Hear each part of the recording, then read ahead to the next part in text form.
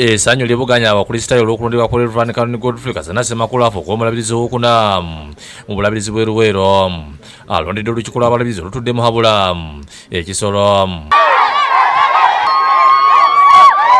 nga muwuliri gasaasanye tubitaddemu engatto okugenda mu Ssaabadinkoni w'Endejje gy'awuliriza gye tusanze abakristaayo abamuyozaayoza.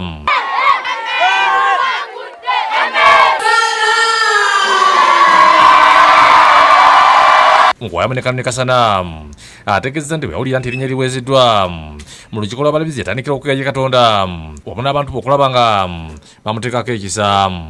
Nasanyuka naye ne ntandika okusigala nga nsaba Mukama era ffe nga famire ne mukyala wange n'abaana baffe babaana bakuze tebali naffe nnyo naye twatandika okusaba Mukama era nga tumukaabirira akole okwagala kwe.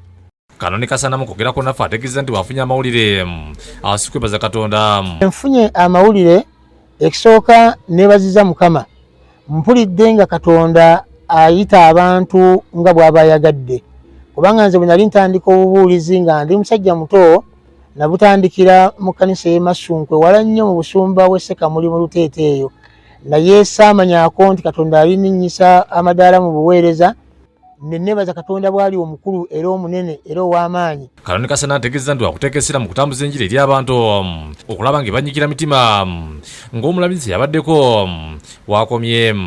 Obulabirizi buno bwetaaga nnyo okwongera okubuulira enjiri.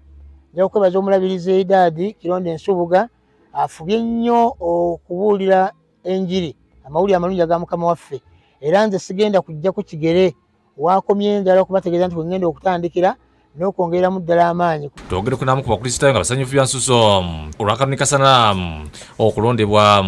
Ekyawandiikibwa kigamba nti Timoseewo ekyokubiri essuula 2 n'olunyiri lwa 15 nti fubanga okweraga ng'osiimibwa Katonda. Omusajja oyo asiimiddwa Katonda. Omulabizi alondeddwa leero. Download the app on App Store or Google Play Store now.